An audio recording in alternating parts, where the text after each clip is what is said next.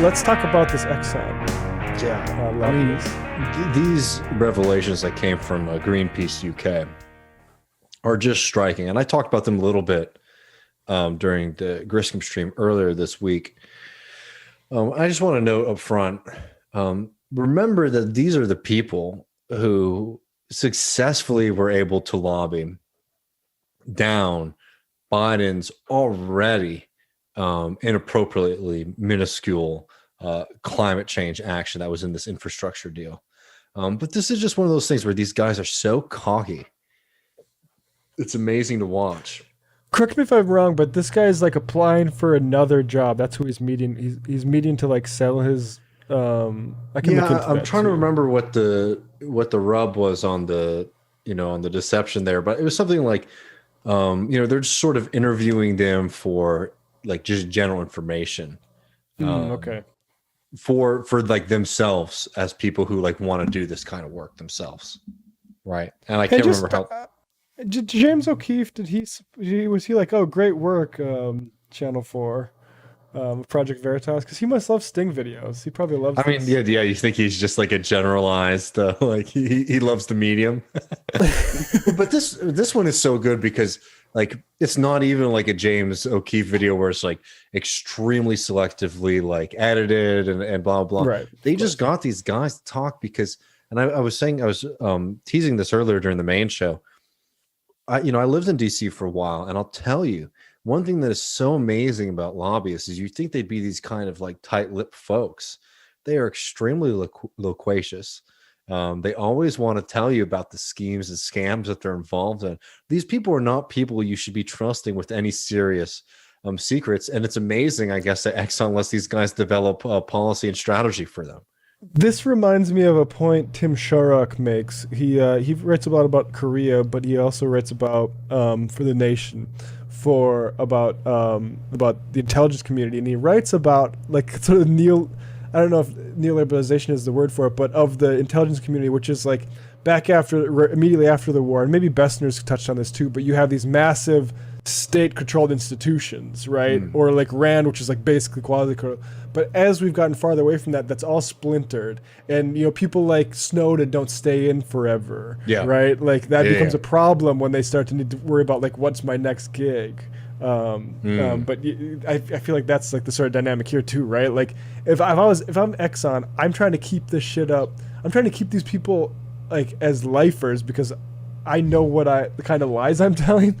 Like, No, that's a right? good point. But like the thing is that a lot of these guys work for almost opposite organizations. Like I'm sure these Exxon guys Mm, probably are exclusive to Exxon. But for a lot of like smaller and mid-sized firms, um, they'll have people who like might actually work for their opponents, which is very fascinating to see. But interesting. the way these guys sell themselves is their job is to let you know when something's happening and to let you and to help you make your case to people. Anyways, this is an amazing thing, and people probably have seen this because this has been making the rounds as it should. We want to highlight it again. And some of these other videos, these guys go through the lists of people and it's who you think is Manchin, is Cinema, and other folks. Obviously, the Republican Party plays big on their list. But all the people they know they can call to get their bidding done. But I thought this one is an interesting clip because he talks specifically about the ways that these companies present themselves publicly. And one thing we've talked a lot about on this show is, for example, like these kind of woke is not the word that would be correct here, but like these youthful oil companies who understand that, oh, climate change is real and we might have to start pivoting away from fossil fuels. And like they get it, they believe the science, they recognize it, but they also know that, for the time being, we have to drill and we have to do all this kind of stuff, right? You read the Financial Times or any kind of oil publication or anything like that, they're just filled with these kind of fawning pieces about like, oh, look at this new young executive who's thinking differently about climate. Yep. I just wanted to note this because I know our audience is very smart and they don't fall for that nonsense. But this is very, very much a conscious decision of them to, give a little and act like they're, providing some kind of pivot. Well, functionally, materially, doing absolutely nothing. And in fact, as we saw in the Trump administration, expanding their operations. Yeah, and I know this because my brother interviewed for oil companies. Is a lot of that is geared so they can point to recruits out of college and say, "Hey, look at all this stuff. You know, you might have like concerns about joining a volatile industry that's destroying the planet, but look at this, article here that says we actually understand all that stuff and we're the best people to solve the problem, actually. So come take the $90,000 and, but yeah." So yeah, let's play this Exxon stuff. Nobody is going to propose a tax on all Americans. And the cynical side of me says, yeah, we kind of know that, but it gives us a talking point that we can say, well, what is ExxonMobil for? Well, we're for a carbon tax. What you said was just really interesting. So it's basically never going to happen, right? Is the calculation? Yeah. No, it's not going to. Carbon tax isn't going to happen. So this helps me understand a little bit why suddenly a lot of US oil majors are talking about a carbon tax, because it sounds pretty. Well, the cynical side of me, they've got nothing else. It's an easy talking point to say, look, I'm for a carbon tax. So that's the talking point. That is in my mind, an effective advocacy tool. Advocacy tool. Yeah. It's extremely cynical, and also should note that the carbon tax is also a terrible policy, as a solution to these kind of problems. To put the price on the people is incorrect. But this is what happens when the mass climate movement, or more people, I guess what I mean more than that is like the Joe Bidens and the liberals, the belief science crowd, right? They don't really have much when it comes to functional politics, other than just like a belief in the sense of saying like, oh, we should have more green energy, and also recognize that climate change is real, right? I'm sorry, that is inadequate. At this point, incrementalism is climate denial. This kind of, politics that we're seeing from the Biden administration is climate denial. And to sit around and to still be twiddling our thumbs and allowing ExxonMobil to present itself, even falsely, as some, an organization that understands climate and the threats to all of us it's just so despicable. If like, those 11 people, some of whom I think maybe Republicans, but Manchin, Sinema, or whoever. Also Coons from Delaware, Joe Biden's very close friend. Like if they are closer to the Exxon lobbyist side of things, then let's say we want to give credit for Joe Biden for wanting to do something about climate, right? That's a problem the Democratic Party needs to start dealing with publicly and now, as far as like climate goes. And it's not one they're going to, because of course, like I said, Joe Biden is friends with those people on that 11, and he's not doing anything that they're not doing anything that he can't live with. I mean, their politics fundamentally, at their best, do nothing to reshuffle the deck. Because at the end of the day, as I was saying on Tuesday during the Griscom stream, ExxonMobil is a power company. And what I mean by that is like they're a company that tries to have political and economic power over other organizations and governments, right? Like that's functionally what they do and how they understand themselves. And what you need to, and not to make that too abstract, what I mean by that is like they extract resources from the earth and they produce chemicals and products that continue to damage the earth, right? And they do so by lobbying and pushing politicians to allow for conditions for them to not only extract, but for there to be the demand. And that's why the infrastructure failure of the Biden administration is so unfortunate.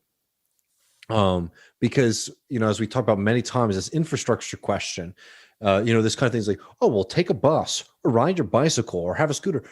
If you don't live in a place that has the infrastructure to allow you to make those choices, it doesn't matter how moral you might be personally, right? And the fact that we live in a society that is, has built infrastructure to rely on fossil fuels for us all to get around, is a political decision, and it's a deliberate one, and it's one that ExxonMobil continues to benefit from, despite all the rhetoric that we're getting from the Biden administration. Yeah, then I mean, walking to work in Brooklyn, you notice like the oil industry and its proxy, the automobile industry, or like its friend, the automobile industry, like how much they have foreclosed on our ability. Because like it's tough to walk across Brooklyn in 90-degree heat. Like right, and like, and now on top of which, like we've in basically bulldozing our cities for cars, we have stopped investing in public like trains. The train system is just a joke in New York. Like it takes decades and decades to do a single line, and that I mean we can probably get too much in there, but well, before we move on, I also just wanted to note this because this is another point that I think is equally irresponsible when we're talking about organizations like Exxon, right? Is this the right one? Yeah. So this is Robertson Meyer, who is at the Atlantic, who does their climate reporting and also, I guess, COVID reporting as well. But they basically want to push back against, the popular slogan or line now that 100 companies are responsible for 71% of global GHG emissions, right? And let me just read their tweet and we'll respond to it. Not sure people understand that just 100 companies are responsible for 71% of global GHG emissions. Stat is talking about the fossil fuel companies that actually extracted the crude oil, gas, or coal.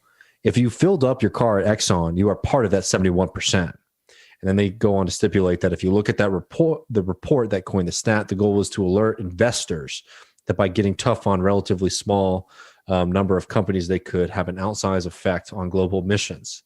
It tried to reframe the global greenhouse gas emissions as something enabled by a handful of companies, not as something happening in a few dozen countries. And I just wanted to push back against this because I think that it is a very irresponsible way to present that problem, right? Because at the end of the day, it does what our friend Matt Huber points out all the time is it puts the onus of dealing with climate change on individuals and our consumer choices. No doubt about it, that energy production is the largest producer of these emissions, but those are choices. And if you're serious about climate, this is one of those moments where obviously we need a socialist discourse like injected into a lot of questions in American politics, and we need social solutions to be represented as well. But this is one of those moments where you realize that the climate change debate between like liberals and climate change denying like conservatives is just absurd, right? Because you have people who are like, oh, well, we'll do tax credits and we're going to change our behavior and we're going to encourage people to go green and blah blah. Yeah, I mean the it was Al Gore with a light bulb. Yes, exactly.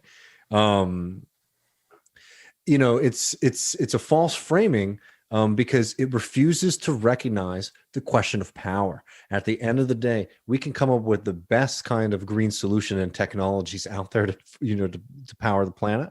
But to implement them, we have to be able to take power to do these things. And to do that, we have to be able to take control of industries and organizations like Exxon. That is why, taking control, having state control over these resources is not an end all be all, but it's the first and critical step to being able to address these ecological problems. And the way that people talk about this is absurd. And I share, I will say, Robinson's sort of frustration because I do see that stat trotted out sometimes, right, in a kind of, yeah, and like in a way that is like immaterial, where it's just like, oh, well, we can just point all of our fingers at like some boogeyman and acting like it's not a part of like our day-to-day life. I think that making that reality present. Yeah, like tell them to just plug something up in the back of the factory and then we'll be good. Yeah, I think that and I don't think most people say it like that, but I do think that sometimes slogans or quick facts or lines like that can be misconstrued by people, right? It's 100% correct to point out the fact that like these organizations emit because they're producing for society at large, but to present it in this kind of individual choice framing is extremely damaging. And I just wanted to to highlight Matt Huber again here because I think he puts it very well. He's responding to this tweet saying, except you are merely a person trying to get to work. Exxon makes all the money and profit from your gasoline purchase and is intent to reinvest that money into new rounds of oil extraction, which is a great point too. Like to act that like we are all equal members in that interaction is just such an absurd way to frame that.